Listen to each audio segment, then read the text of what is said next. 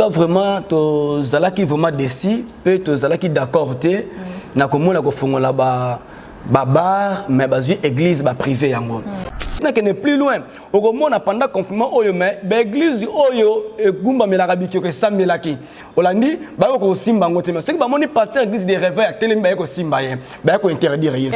Na biso vérité ma sœur na peuple nzambe besoin na biso que président mon côté na sena moyo oyo na partenaire ba continent tout bazali oya côté ordre na quatre église parce que l'église appartient à l'Éternel. L'église n'appartient pas à un quelconque, à un individu. Donc, ordre au côté, à côté ordre nanda kunaye, à côté ordre na institution naye, mais l'église, la seule personne qui a la mobilité à côté ordre, c'est l'Éternel Jésus-Christ et le Sabaoth. Donc, l'église est un bon des ordres. Mais l'église est autres ravexée par moment de la prophétie est belée. Donc, ce que vous appelez les désordres, en réalité, ils n'ont pas des désordres. Dans la commerçante.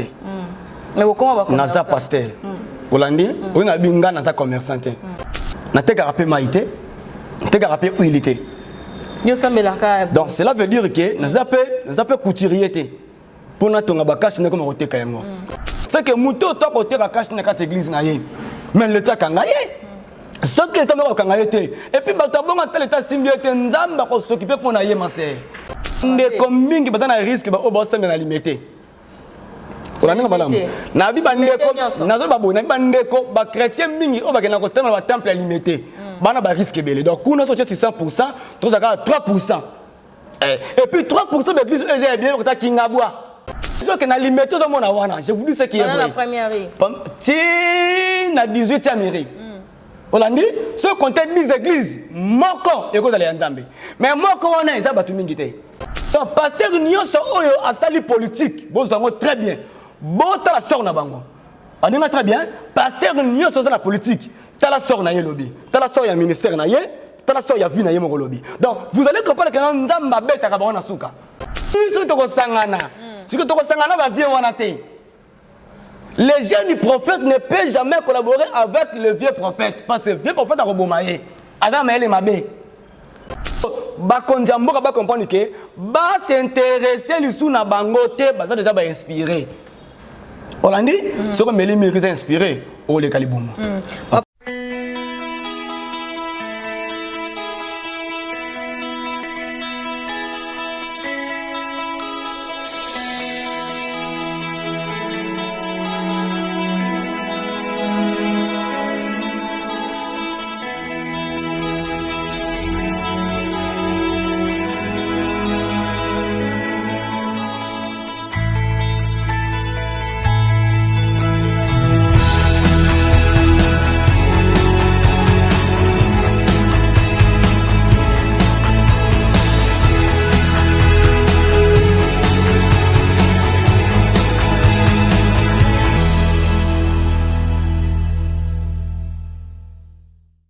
Bonjour fidèles internautes, vous êtes connectés sur Bio Live TV. Merci à Balandizion, surtout à Bio Live TV. Merci à mon général Jeff Makayabo, Tata Bilanga Bio, Nabina Dallas, mon nom c'est la Congolaise, sponsor patron double Bransa.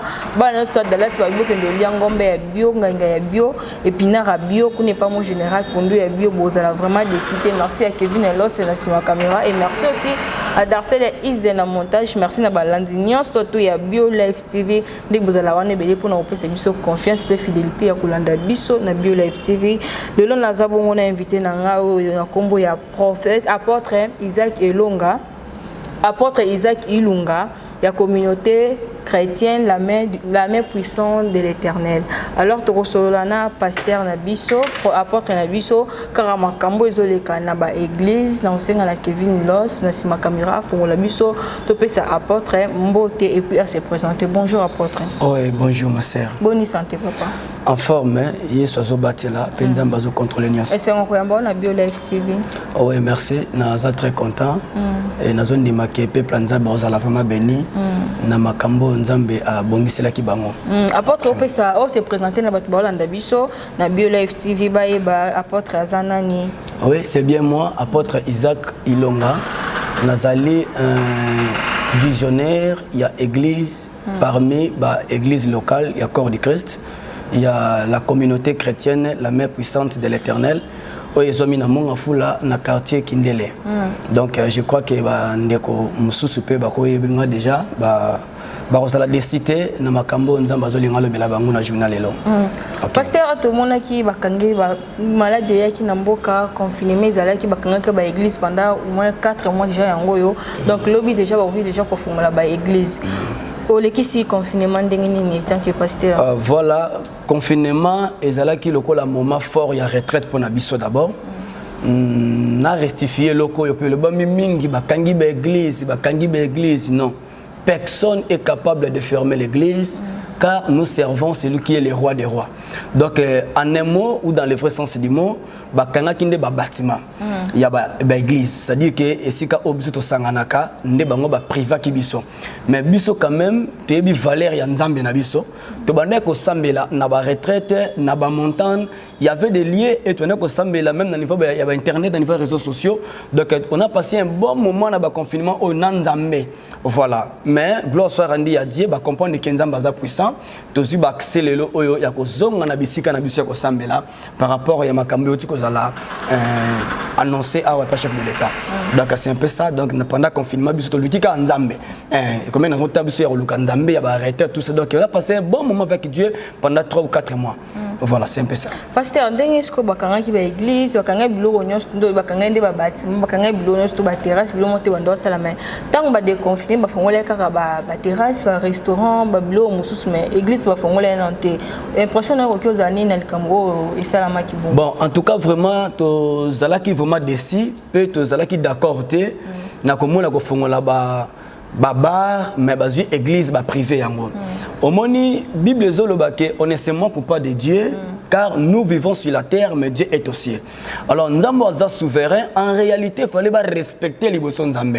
Mais to yebité au juste et le koni ne s'est passé na katikuna.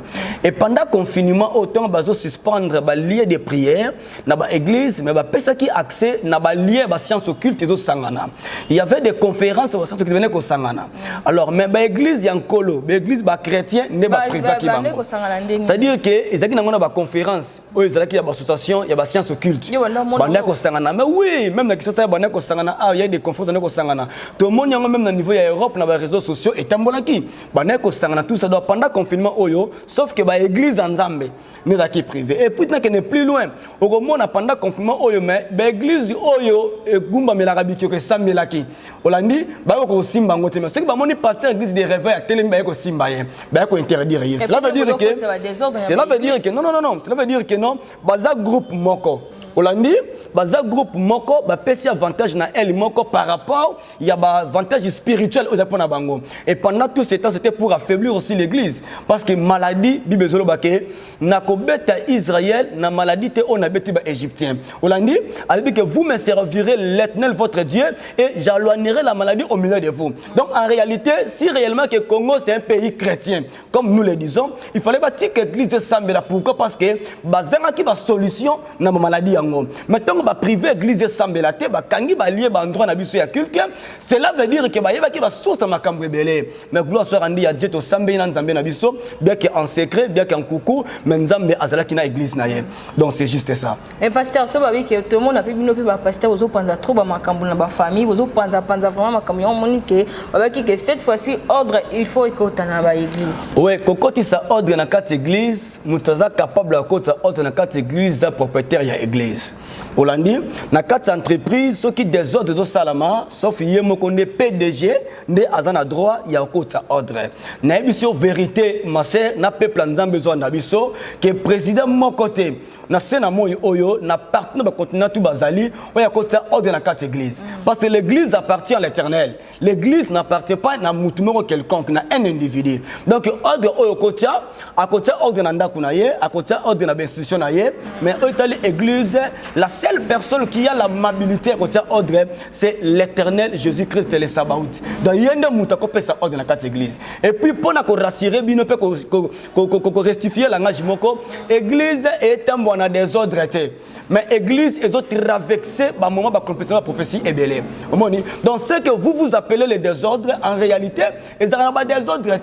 Ils ont la prophétie biblique il y a Matthieu 24 bassin attendre de la fin oh le et apparaître. Mais église ils ont la mission yango zo sala pe église et etambo na ba pasteur oyo guide nango azomema yango. Donc église eza nango ne loko moko te auto sala kuna contrairement na oyo nkolo yo so senga biso. Mais prophète on éviter que kindumba penza makambo ya mabe mingi eza na ba église voir même que na 2020 auto zali to moni vraiment nza misi ba pasteur ebele na poisa ba makambo ebele ya mabe eza na kati église boko kanga moi ça ba toke bala tongo pe to yeba bino ba pasteur ezala nini ke non au pesi moi si mon robo nani poste na église o maman diagonese pour donc pasteur on doit profiter na sima ya ki maman diagonese wana otika ndako na ye mobali ne bana ne ayeka ko l'exata na église pour parce que aza maman diagonese aza na église mais koya wana azo sa susu makambo mabe na sima nzamba azo sepela na ngote oyebi ezana ba chrétien belé ba rata nouvelle naissance. En tout cas point au simbi il faut peuple en base la bénéficiaire nango. Ezana bato belé ma sœur ba rata délivrance ba rata nouvelle naissance ayena quatre église mutu akoko ma pe pasteur mabongoli motema te. Balebi que boza ba lou ravisseur mais boye na elongi anio. Olandi alors peuple par ignorance et pèse confiance. Yango moni parmi les faux il y a aussi les vrais mais sauf que le quoi ba faux bazo dominer ba vrai ba oye ba na lisusu te. Mais en réalité exacte que ba pasteur nyonso baza identique baza idem non ezana peuple ope oyo ezana basali yo nzamba tie mise à part o bosa na bosolo bazali mais lelo oyo babiloko ozolo babona que pasteur akomi na baja mabe akomi kozo ba ser na quatre église akomi kozo ba protocole na ye akomi kozo ba diagonese apesi ye ki diagonese pour que na sima nango ye abana ko profiter mais diagonese wana a raté enseignement diagonese qui a cité na parole parce que ceux qui sont chrétiens o ayebi lo banzambe tongo yo pasteur alinga sano buzoba oko ramener na carte Bible parce que Bible nde ezali constitution na biso donc ba règlement d'ordre intérieur ya église eza Bible donc tongo pasteur alinga sala acte moko boye o moni que ça en dehors ya parole nzambe o zongisa ye non papa makomi le boye la Bible dit dans la loi que c'était strictement interdit même ya komona nudité ya sœur na yo est-ce que moni ya père de la foi na yo o moni c'est dire que maman ayebi parole aza asidi dans enseignement a commencé à n'importe quoi mais un enfant de Dieu azali asidi na parole et ça difficile pour na olongaye dernièrement na telemlanga biloko o même bambane leki ya kala comment pasteur bango sala prière d'Élysée donc prière d'Élysée azu moi si à la lycée na c'est a mati likolo ya mwasi alobi que Élysée pour na ala Moussa fils unique a mata likolo na asali délivrance ya bongo alobi bouche contre bouche thorax contre thorax ventre contre ventre a mati likolo ma bongo nde bazemi si ba ser rebelle ba botisi ba tebela ba jara bongo alors il faut ndeko siko à comprendre que en réalité makambo ba salanga eza biblique te parce que makomi le bique tango yo Élysée mataki likolo ya femme ya moi ya fils unique wana o ya kufaki ba bi fils ngo akosola cette fois si makomi mataliko na ye azamona mobali mais akoso cette fois mais tango yo matela ke sa kosola bongo ça dit que batunde bazali na manque enseignement et ça dit que ba hérésie ekota ba erreur ekota ebele mais muto azali asidi na kata parole eza difficile pour naïbo que nous emballer et bosser n'importe quoi c'est très compliqué donc moi qui a connaissance c'est mon peuple péri ok voilà pasteur mon ndongo otu ko expliquer biso que quand les toujours ka bazo makambo belé bezo le ka asko to ki ba fongoli ba église o ka cash ne oyo $10 cash ne spirituel $10 nani oyo pona ko tia na désinfectant ora $50 désinfectant spirituel $50 bino nde ba pasteur bozo bo église ba pasteur ko tseli biso pauvreté na kati ya ba mabota likolo ka ya ba offrande ya mikolo ba makambo mike to ebite yo pe na église na osombisa ba to cash ne o na $10 cash ne spirituel to ndengeni omoni très belle question ngana za commerçante mais comment va naza pasteur Olandi on a binga naza commerçante na bito ke ba pasteur so ba commerçante na binga naza commerçante Olandi na te garapé maïté te garapé huilité yo sambela ka donc cela veut dire que naza pe couturier te pour na tonga ba cash ne comme oteka yango Olandi cela veut dire que na kati église est sika auto zo vie l'église c'est la femme de Dieu, l'épouse du Christ. Moi si nyonso ma sœur a sepela ka betaka masolo mobali na ye. Donc tant on a peuple na kati église wana bayaka wana juste pour na bayoka masolo mobali na bango. Et ça quoi moi si oyo mobali na ye azalaka en étranger, il est pas quelque part. Si vous avez ça ndenge mobali na ye avivaka. Ndenga lingaka des églises. Donc tant on a église masolo Yesu. Moni, peut-être c'est volonté en Nzambe. C'est-à-dire que l'église est alliée du commerce. Il y a un jour, Christ a dit que la maison de mon père n'est pas un marché, mais c'est une maison de prière. Vous l'avez dit? C'est que Mouto, toi, côté de la cache, n'est pas l'église. Mais l'État a gagné. Ce qui est a gagné. Et puis, l'État a symbioté, nous avons s'occuper pour naïe, ma sœur. Olandi basanga nzambete donc moment oui au cause de la raison les ana bandeko ba kotera kachine et puis peuple nzambe na kati aveuglement na ça ba enfoutiment parce que lelo oyana ba pasteur ba koti bikota koto ko bosa la ngote peut ko banga na ngote omoni peuple mingo mona ka ba exécuter ka ba ordre ba pasteur rebelle ils ala kate parce que pasteur alobaki non ils appellent sous l'envoûtement puissance moko satanique na sima nango wana tango yo pasteur le bili kambo moye ya boya kutezate ayemba la moko exécuter ba no sala yango omoni bateka kama bateka une minute awa nanenge bato le confirmer au tebi ke biokane ko salama mais peuple nzambe baza déjà en garde ba comprendre que ba kendete bisika bongo et yo poza kuna ba bi sortir au milieu de donc muto ko parle que pasteur nanga bandi ko bunga ba acte ba pratique ko bilo sala oyo ça sous biblique tu dois quitter omoni mais malheureusement sous la puissance satanique baza ba incapable il y a des décisions mais pour la vie na bango moko olandi okosaka na tout mais na vie chrétienne na hote donc c'est un peu ça voilà pasteur tokomo kene biso tozoko taka na ba question na biso o mekana ko yebisa biso papa na moli mwazana ni obandeki ndeni opo comme pasteur comme lelo apôtre o sala biso comme résumé ya moké poto kendo kota na sujet na biso gloire au Seigneur ngazala ki étudiant na Inikin je crois bien bah 2005 je comptais devenir magistrat un jour, être avocat dans la vie, tout ça parce que je faisais les droits. Je appelle à Nzambe. Nzambe ta Nzambe bengi ngai mutati akangate. Nzambe benga nga na sona Nzambe boye, na yebi ko discerner voix Nzambe te ba 2004 2005. Na ko discerner voix Nzambe te, na bandi ko se déranger.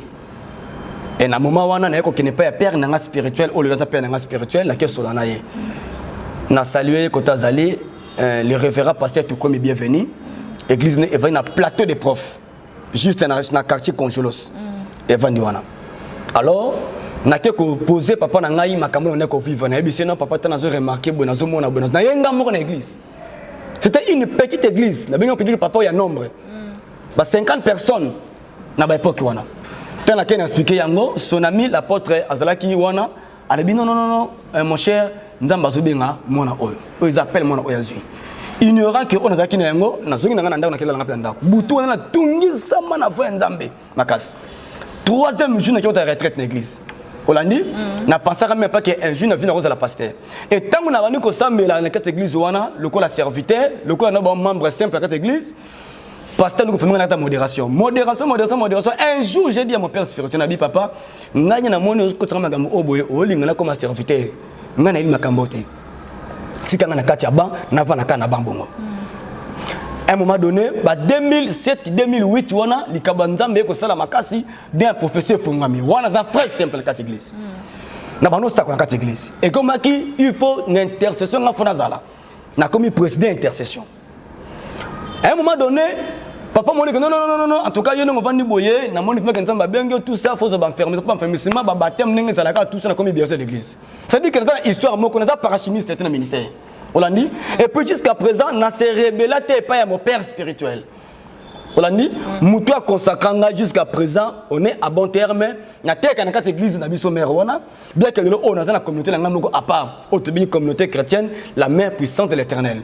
Mais na teka kuna tout consort là et puis na bénéfice jusqu'à présent dans l'encadrement oyaye. Ça dit que l'histoire est normale et le on a déjà une affaire il y a 13 ans d'expérience au ministère et le monde en Zambie. Tant on a bimisika consacré comme étant apôtre, bah bien encore prophète, prophète pourquoi parce que grâce prophétie qui m'a cassé tellement. Et ben non ça qu'on a service à l'église, la permanence, président d'intercession tout ça comme matana batime ba montagne. Et puis quand j'ai commencé cette œuvre, na bana bâti l'église était. Na bana ba groupe de prière oyo comme matana batna bangomba. Na kena batna bangomba ya luzizila, bangomba ya mangengenge, bangomba ya étendance wana tout ça ça va te belé. Né comme ba 300 400 personnes, ba non papa photo bâtir, nest ba rebâtir te. Nzamba le belinga et aujourd'hui, je suis l'apôtre Isaac Ilonga. Donc démarche nanga bref en résumé, on a expliqué à moi. C'est comme ça que moi j'ai rencontré le Seigneur. Voilà. Prophète, est-ce qu'il est arrivé que au salut prière bonne total na ba famille sous bana musuto mona na balabala ba il est prophétie ba une église na moi na ça la prophétie prophétie pe sami o mona na zandoki tant yo mona ke mona na ba yelu zandoki ozo on ndengeni. Bon, d'abord on a fait cette expérience moi que c'est la quartier sika o œuvre za lelo. Quartier qui nele na commune ya Mongafula. Donc au le campus au pousse arrêt mabanga. Donc eux histoire moko vrai. Ba benga intervention na famille moko boye. Papa alinga kufa zobela osala ba OK. Ba renvoi. A commis peine à kufa. 4 jours ici la kate. Ba yebi se non papa bika que le capotre Isaac Ilonga. Ba pesi adresse na papa na ensemble la te. Moi si ensemble la l'église kimbangiste, l'église na ngate. Amina yeb sabi non mon pasteur en tout cas vraiment il est puissant dans masala makasimi. Maman na yeko mona ngai na 19 ans na ndako. Le même nuit soir na longwe pa na kete na ndako wana na famille wana. Tana combien na boiti na salle prière sur place. Papa, ok, Katani, papa Tamboli, Amelarmeta, Melimai, allié. Mais à qui délivrance c'était Yokan de Konangaï. Parce que tu as vu, parce que tu as vu, maman qui a. Non, non, expliqué au papa père son papa Koufa. Non, expliqué aux réalités. N'est-ce que tous les pasteurs, ils idem. Il y a aussi des vœux parmi les faux. Alors, tant qu'on a 6 prières, papa na Tamboli, Yomon na image, na film ngote, na yaka ngamogote. Non, on est le cas. Pour na comment na pour Kindoki. Après guérison ya papa le même jour, nous avons habité na boye. To sambela pendant 7 jours pour na papa pour abika. Mali yona ezo na sosote. Na esi bango na waya na tongo, na zongi na ndako na lali, na tongo na ngona ye na famille wana. Tongo na sona papa sina na lali moi bien, tout ça na ki ba panzi na nga passe tout ça na binono ko banga le côté ça ba OK, mais to ko sambela passe na mono sans esprit de mort makasi. Olandi? Tongo na zobi malupango wana kuti bana moko ya ba 12 ans. Ba 10 ba beta balé na parcelle wana ba 9 enfants na leki na nga déjà nzambe singa tala sima tongo na tali sima na moni moko ya bana wana na 3e a ado misu moko awa nzambe singa bi mona oyo azaya ko beba mais nzambe lo bilenga teke mona oyo azaya famille oyo olandi na ko zoka na zumo nango abeta bana to fanda ka fanda awa na ene ti papa na mama na mama mona oyo za nani wote za mona nga mona boti mona yo moko na loba ite ote na bino yana pokwa na tiki ba onake na ngai na poko na ngona ye prier na famille wana na ebe biselanga bana nyoso ndako bana batelemi to sali prier ensemble avec la famille na zimai ya simple na sambeli pona mai wana mama pesinga mai na kopa 555 je priais pour cette eau bana nyoso ba melima wana tant ba silisi na bi mama zwa kaye na biki bomba ndako na butu lelo ma me osala ma awa na kanyuma na ndoki na ngai 0h30 bato ba misaka mwana na ya ndoki ba ye bazwa mwana ako bimate na loba nini boza na loba mwana ye moko abandolo makamu tanga liba mozoko azokoma balala te sur wana tina kata na quartier étonnant abi quartier qui ndele commune na Mongafula makambo c'est passé na avenue Katende on dit donc ezaba vérité. Vous comprenez? Et bouger quartier. Moi, wana a cité ba sorcier nion sur la quartier. On va dans la commune mususu. On va sanga na bayaka na mabele wana tout ça. A cité bango. Au moins que pasteur za pour me cité.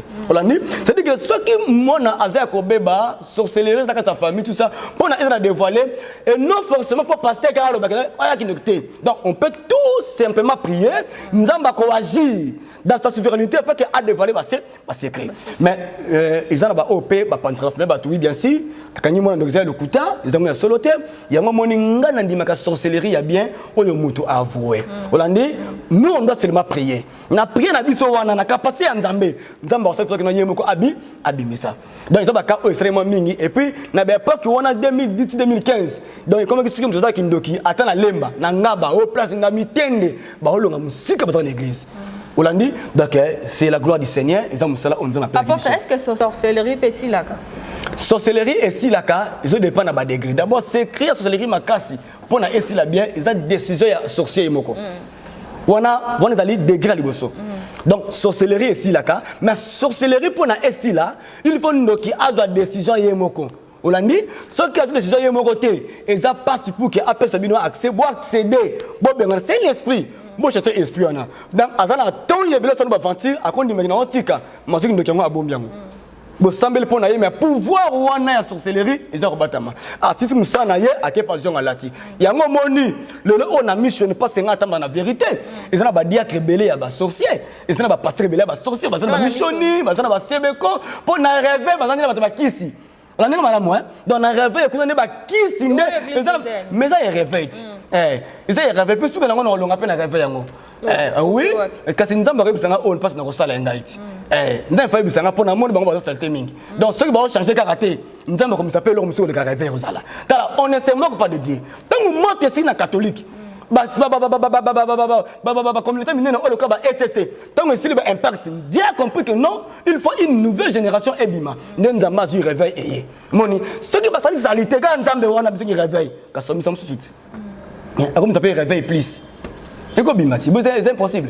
Nous sommes capables. Donc c'est important pour nous comprendre que nous sommes azana biso. Sorcellerie ici la kamaser et si la kanango, mais pour que sorcellerie ici là, il faut d'abord moutouiller moko la décision que il faut na tirer kindoki oyo. Et puis la majorité à sorcellerie, il faut ba moutongo déjà alia batu. Est-ce que niveau comment déjà pesa batu? À côté de Makelema, parce que ceux qui n'ont pas de sorcellerie, c'est difficile pour y aller parce que bon bateau il y a comme dans les Kelema na biso. Ali bon na biso après ça biso ya lingatika to lingate. Apôtre ndo ebi biso ke ba église de réveil belé ezala ya mabe. Neti église ni no ko yebisa biso bana nza biso to église ezonga to ba église to kelete bien to zala déjà on to milongela déjà yango. Ezala lomo comme ça ngai ma sœur. Oyebi Jézabel. Moi si Akab. Azakana ba prophète naï. Dans un livre des rois. Jézabel a 900 prophètes. Mais là comme ça Israël, bazon di maké Jézabel dans Nzambe. Babungi na bango. Bakomo comme Nzambe babal. Olandi. Donc pour na haute détecteur pasteur na yo Azia Kobeba, il y a plusieurs signes. Ezangana sote que non tika obo sambela okoto non. Il y a plusieurs signes. Tu démontres pas signes, on te démontre pas message de démonstration là. Apôtre, oui, l'église, l'église est là. D'abord, l'église est là. Bande comme mingi badana risque ba obo sambela na limité. On a mis madame. Na bi bande ko nazo babo na bande ko ba chrétien mingi o ba kena ko temple ba temple limité. Bana ba risque belé. Donc kuna so 100%, to daka 3%. Et puis 3% de l'église est bien ko ta kingabwa. On est très bien, mais bateau c'est la transition on est limité, on a aussi besoin de prince on a comme on a première rite, on a un ministère mais pasteur sur le baka qui est limité. Et puis simba prophétie oyo bien ba pasteur mimo zomona on a banda boya limité. Nandeni. Kasi nabi bomba prophétie na lobaka ngo de tout boso. Et puis ba yakipé pe bazo les sous. On dit ngana okesa ni kuna. Na zena limité. So le qui station corridor au pousse na zena limité parce que na quoi place wana. Na zena ministère wana, na zena église place wana. On dit même église yango zolonga wana et comme asko a wana niveau matonge. On a mona ki na ngamo na yebi. On a sona nzambe ngamo pe na yebi. On dit donc pour et puis kuna na sala boya. Ndeni. Mais ba force zo bundati. Le quoi nzamba za poussa boya na kufa. Na biso ke na limité zo mona wana. Je vous dis ce qui est vrai. La première rue. Ti na 18e mairie. Olandi ce contexte des églises moko eko za ya nzambe. Mais moko wana eza batu mingi te. Ba oya nzambe za batu mingi te. Olandi na sa publicité ya Yesu ya kombo église ya mutute, yemaka attend les cas assemblée là et bana za ba découvrir. Mais c'est important de comprendre que le lo on a kati ya Congo Kinshasa, église de réveil et koti manger nga blakité. Bokoko evandina na ba église. Na ba église ya ba communauté. Ne pas si beaucoup quoi bondo qui vandi mais na rêver de côté magie blanche on est très bien donc c'est important pour na bana nzambe bango moko basala balebi nini ke mon peuple périt faute de la connaissance donc ce qui ozangi boyebi okotamba na ignorance et l'ignorance tue pasteur monsieur église des années préparer les hommes de l'Éternel à présent parce que monsieur église est vaste olandi banda Christ azongaki akendaki tozela ya biso basali on est là pour préparer son peuple sa femme pour à la rencontre ya mobali et ça quoi jour à mariage tam sana pasteur do sala bazu marié ba tie fort de teint ne ba bongo selo kitoko bongo ba tie bongo ba tie ba bongo c'est bien tout ça minute après ba bimisi donc église à présent tous ont préparé des épouses pour que époux tant koya ale ba te que moi sini azamabe. C'est ça qu'on appelle la perfection des saints. Donc, on est là pour préparer l'église jusqu'à ce que l'église sera perfectionnée afin que époux aille à Zamasinaye. Donc, monsieur église, on a monsieur église, et ça politique, monsieur église, et ça kokabola maba famille, monsieur église, et ça bloc konaté. Mais apporte tout à l'heure autre chose, c'est ce que yo ça la droit. Est-ce que pasteur yo ça la politique? Au moment pasteur a cause la politique, pourquoi? Pourquoi? OK. Pasteur a sali politique, na kati ya peuple de Kamba. Bazana ba tendance confondue.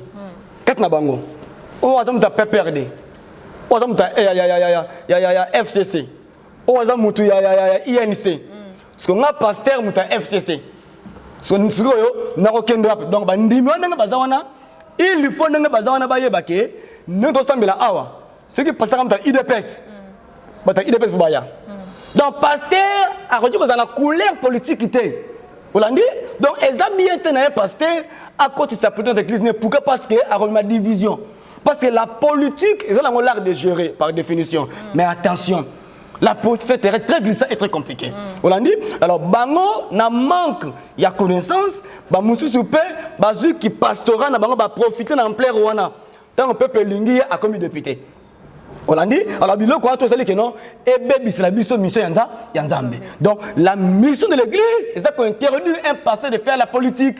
Olandi donc pasteur nyonso oyo a sali politique bozango très bien. Bota la sort na bango. On dit très bien, pasteur nous sommes dans la politique. T'as la sort na ye lobby, t'as la sort ya ministère na ye, t'as la sort ya vie na ye mon lobby. Donc vous allez comprendre que nous nzamba beta ka na suka. Mais apôtre na moment ya confinement tout monde qui pasteur Denis le senga quoi qui vient ba pasteur que boliambonga ya président ya l'ex-président monsieur Joseph Kabila. Dio po banda musalo kala ce que pose qui parmi. Bon, au monnaie ba compte ba plateforme nyo surtout d'abord les locaux yo il faut bon na ba yango. Nakati ya nation nzamba zana basali ya tele misaka président soki a reconnaître basali ya nzambe nakati ya mboko ya zokamba eza grâce au bazwaki Olandi mais président na ba pela bana ko benga bango zaki pour que basunga Joseph Kabila Olandi na ba place mona ke no azali na mwa mbilinga le cas bango baza besoin na aide spirituelle baya batuka bola ba idée comment to ko marcher ndenge paka ba roi bana luka ba prophète siko yo président ayeba quitter razo benga ba escroc on est très bien faut na se très bien mais je si kana avancer ndeko si kana avancer ça dit que tant que président bengi batubaya président le kaba homme de Dieu parce que il a besoin des orientations prophétiques alors président azo qualifié bango na ba statut balati mais président ayebi te que azo benga wana baza ba lourd visser ba ye pour na ba détruire rien pour na bango ba s'enrichir et non pour l'intérêt des peuples gloire au Seigneur vérité bimi. La vérité finira par triompher. Alors, oui, comme la bango, ils ont koyebana parce que ceux qui bakena qui c'est parce que mituka, maka mituka ngo ils ont koyebana. Ba motambo ba ils ont koyebana. Moni, série bango ba ozambongo nga na zamba. 2006, mandat 2006, oyoko zo, tokena na 2002, 1 plus 4, tout ça oye na 2006, oye na 2011 tout ça. Tu vois les bambongo wana. Du tout sambela ngala bangomba bangomba ngomba tendance ya tendance ya luzizi la kuna tuzela kuna to mama kwanza na nzoto ko sambela ko lela nzambe ko tika basuke bele ko sambela omoni donc c'est ça ba innocent mais pasteur apôtre tout monde vraiment to sali constant ba pasteur beaucoup mi lokola ba musicien profane ko welela na mo ba grade ko welela na mo ba bisika mo ba mbonga ba offrande ba ndimonga na ba ndimbe comme lokola mo concurrence ngala la travailler mon pasteur na TV bo la ben émission mais ba bende tina likolo tina c'est parce que il y a la tarabia bimisa ba griffe est-ce que beaucoup jour musute ko sangana entre bino ba pasteur bozonga bo moko ndenge bozala na kala nena so na kaba za bo moko nena so ko bo nena so ko bo musute bi ko za bo moko bimisa olo te ndenge za ba ko za bo moko bazala te boyo ndaki avec de nilisa malobekte abini ba sangisi bango ba luka moko ba chama ko ministère mo boye kamba oya wela ngai mama olangi alo ba ye ko to alo bangala ko zwa tout ça yo na jango te so bana bo moko bana kale bongo kinto adina kimbangise uta et puis bana kala te yo KDC na baba CAZ et kabona ndeni c'est que bana kala te est-ce que ça possible bo sangala pe yo bi ne o sekatenda bandaki na papa Moïse mbi ba papa Trembi ba banda kala te omoni bon point basala ngo mon côté donc pour te dire que bo kabona to malelo oyo et a semence Olandi c'est que nzamba zo misa une nouvelle génération biso to ko sangana c'est que to ko sangana ba vie wana te. Les jeunes du prophète ne peuvent jamais collaborer avec le vieux prophète. Parce que le vieux prophète a rebomaye. Azam elle est mabé. Alors il y a d'autres qui savent maintenant c'est ça l'ingabo aboma. C'est que ba konjambo ba comprendre que ba s'intéresser l'issue na bangote ba ça déjà ba inspiré. Olandi ce que meli mérite inspiré au le kalibumu. Apôtre Nzamba bengaka moi sina mobali na ministère. Te bazo appelle des personnes. Mais tout le monde dans l'église mususu maman pasteur azote maman pasteur azali boso na place avant na sima est-ce que bandimines to bavandi sentiment La ninga bien. La nanga bien bien. Est-ce que madame parle les canards? Yamona allez que vous avez passé ani. Avant de liboso, tout le monde a bâti la bino bâti liboso. Na lobby avant na liboso pourquoi? Parce que ba bien ngi bino mi balé. Ngata bien ezalaka. Tena bien ezalaka te. Awa fona rectifier ngo bien. Depuis Nzambe abana ko benga ba humain. Pour ba servir yé. Abenga couper te. Olandi promesse à libala ya pona couper. Ba modifier. Mais kasi obi que obi te que na mitu na Kinshasa bloc tu ba sala ezota pas anglophone. Ma ministère où te na anglophone. Olandi pour te dire que banda makamanzam fongola bien madame ko comprendre que tout ça niti soko za prophétesse ya don pour le ministère zakate. Olandi maman pasteur a zakate. Maman prophétesse Azariali Kabo. Mazalité que il y a ministère. Olandi donc moi si azwa ministère té l'automo ba pesa moi cité. Oza si j'aimerais mon nene pour ça t'expliquer très bien. Moi si à cause de la servante Nzambe mais à coquille jamais kozala na appel que yena na vandu wana azana ministère yemoko. Et ça argument est belé auto repousser prochainement. Mais Nzambe abenga mobali yemoko. Tant abenga Moïse abenga Sephora. Abenga Moïse yemoko. Abenga Sephora. Tant Moïse OK na Égypte. C'est ma cause Sephora makang kuna bali kuna papa Jétro. Pas beau père n'étant donc ne kuna kana Sephora. Akia sile si musana ye moi si atika na ndaku. Voilà le but soki ani loko kotuna mbana ye atuna yango na ndaku. Atuna mbana na ye. Ezo kotuna myanza ya Nzambe. Mais soba moni moi si azu le devant keba. Olandi voilà pourquoi aujourd'hui dans nos églises de réveil tout dans la Jézabel est belé. Au moins, on a serré à d'autres terres, on a dit Kamilai. Yo, to kati ya yo. Olandi, moi, peut-être là-bas rouge. À d'autres terres, le comme vous avez la place où tout ça. Donc, vous avez zate. Alors, tout là-bas, ça la bongo. Et ça pourquoi parce que mi bali na bongo bazi gloire à Nzambe balati. Tu vois, alingi moi ça c'est quand c'était moi c'est plus femme matin. Donc, il y a des églises où on a et puis ceux qui moi si azu bokondi. Ils bossent bateau. Les arabes là quitté hein. Moi ça c'est moi c'est orgueil ma casque le problème mobile ça blaquité parce que exact d'abord défaut mais ba igare mo grave yango moni Nzamba yebaki aboyaki ko tia moi c'est un appel mako sentiment de côté na kat église ndo moni ba kisa minene liboso et côté na bas na mibali voilà prophète omo comme na biso na suka question na nga suka ezali to moni vraiment bino ba pasteur ko meka muke offrande boy na kilte dimanche omo na 4 panier landani na nani oyo na nani na liboso na cher oka mbonga prophète mbonga motei mbonga mutubo mbonga mutubo comme si biso ba pauvre et puis car offrande za bino bozoli yango mais tant mutoko ya za na problème aye pas présenter au problème que pasteur ta na za na problème boy européen ça epé le retour européen c'est comme matéa omoni c'est quand ni penza oyo ba ko tia offrande donc na 3 parties o wana efalia tant ba pesi ni na kata temple ba le billet il faut aller à épaule aller stomac aller na mâchoire. Donc épaule a même fardeau. Il y a église peuple zo même wana. Donc mi kumba na bango yefo même yango. Il faut supporter bango. Stomac pour qu'il supporter ba problème ba caprice ba to nango. Donc pasteur ka batake mundimi o ya longa wana. Eloko botu na tina nango te. Donc pasteur il faut supporter ba caprice ya peuple. Ne stomac ba pesi wana. Macha pour qu'il akwa côté ya évangile na ninga sengeli. Mais pasteur atana droit ya kolia offrande na yo na ba dim na yo faut la pasteur travailler à temps plein. Un pasteur qui travaille quelque part à Kolia va limiter. Parce qu'il y a des serviteurs appelés pour travailler à temps plein. Donc, il y a une mission dans les pastorales à là. Mais quand tu pries dans l'église au pasteur des politiciens, qu'on peut se limiter, qu'on peut se offrir du temps. Parce qu'il y a d'autres ça déjà dit. On a dit, il y a un moment où à Ézéchias, tango azubo kondi, à teko lukaba sakoli bazo en temps plein. On a dit, c'est qu'il faut des pasteurs qui sont dispo pour l'intérêt il y a peuple. Tant qu'on a la commerce, c'est des pasteurs commerçants. Il y a des pasteurs qui vont travailler. Des politiciens. Si on a un appel à Nzambe, on ne peut pas servir 2 mètres à la fois. Compagnie Benginga, Nzamba Benginga. Il y a un moment où bango sikoyo, ba mataka na bangomba te ba lukaka Nzambe te na en secrété. Ba za fait la prière. Pasteur incapable de recevoir 45 minutes. À cause de la prière bon matin. Pasteur mon wana. Est-ce que vous général à cause de santé bon?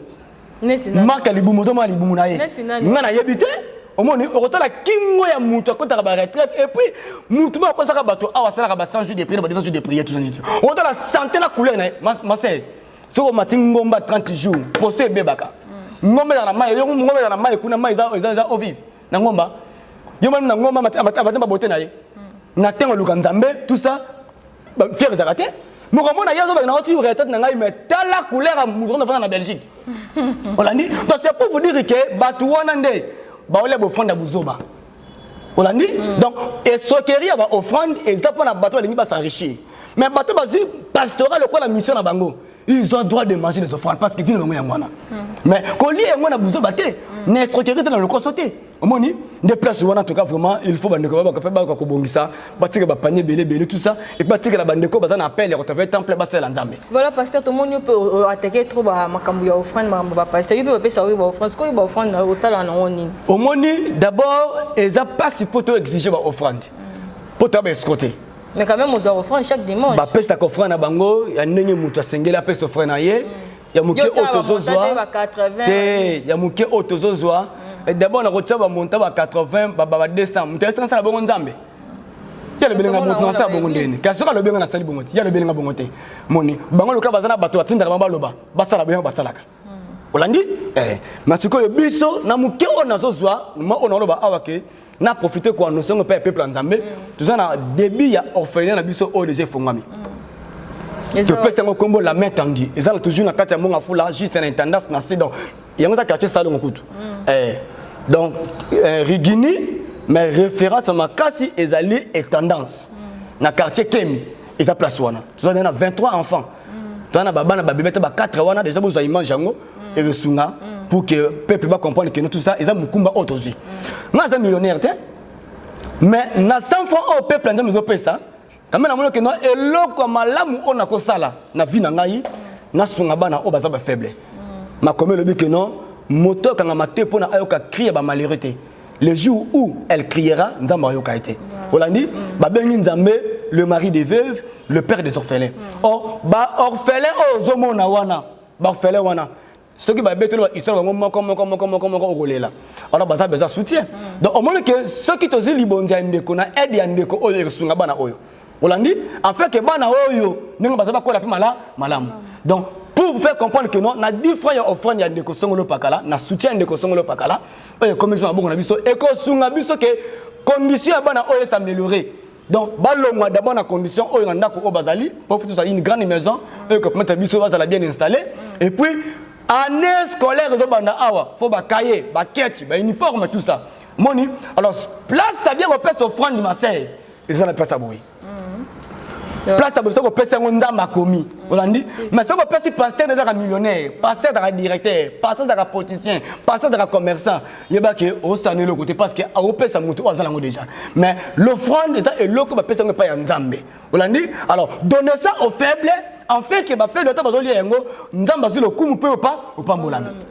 Voilà. Merci beaucoup. Voilà, prophète Ogomi na biso na soka numéro de téléphone na yo tebete na mikolezo ya toroya pe visite kuna na équipe BioLife TV total la pe bana wana na orphelin to kene to so la pe na bango ndenge kaka ezalaka opesa numéro de téléphone na ba obaza vraiment na posa contacter pour na prophétie pour na baka ya maladie baka ya mabota mambo belé opesa numéro na yo na bato bazolanda biso ndeko nyonso andi biso aza d'abord béni message oyo est consolé parce que la parole de Dieu est yaka pona ko consoler pour apporter un plus et non pour détruire. Numéro de contact, il y a votre humble serviteur, ils allaient plus 243 82 49 39 012. Ils ont plus 243 82 49 39 012. Donc on a ce que benga ya pas très exact na niveau ya WhatsApp na za wana permanent pour na recevoir ba sujet nyo surtout et puis na profiter quoi nous sommes en retraite il y a pendant 30 jours auto sambela tout ça permanent na carte église na ba intercesseur tout et ça pendant 30 jours par rapport à ba profession de ma biso pe na ba cas ya ba ndeko ba libanda ba opesa biso tout moment donc apesi biso kana ye kombo ne toni ko sambela pour nango afin que kombo ya nzambe na biso ezwa lokumu. Merci beaucoup. Merci fidèle internaute vous avez qu'on est belé pour nos kolanda biso avec le l'apôtre Isaac Ilonga. Donc merci la bienvenue sur Zaki on pour participer sur ba message ezali, ba critique ezali, ba commentaire ezali, vous avez na pour savoir contacter apôtre Isaac au bengi na numéro na en tout cas et que ça la vraiment biso bien. Merci la bienvenue sur la wane belé pour nos kolanda biso. Merci à Kevin Los na sima caméra, merci à Darcel Ize na montage, merci à mon général Jeff Makayabo Tata Bilanga bio na Dallas mon amsala ba congolais sponsor patron double brassard ba biso ko lingo ngomba fresh taba fresh ngainga fresh épinard fresh au rouler ngo pa mon général na Dallas ba bi contacter Bio Live TV ba ko pesa numéro siko puis biloko ezali na Dallas ngana bino tokutani à la prochaine occasion. Bye bye.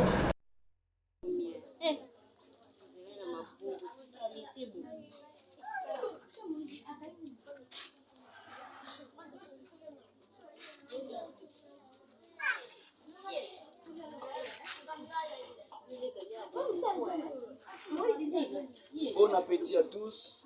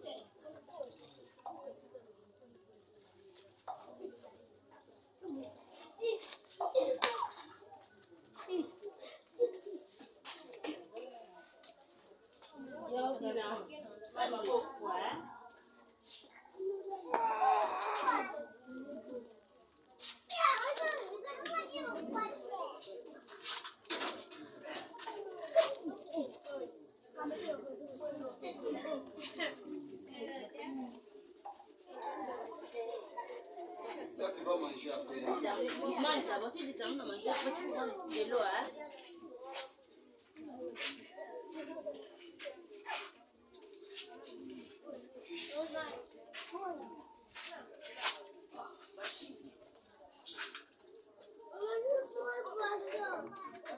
Les poissons, c'est déjà terminé. Mange.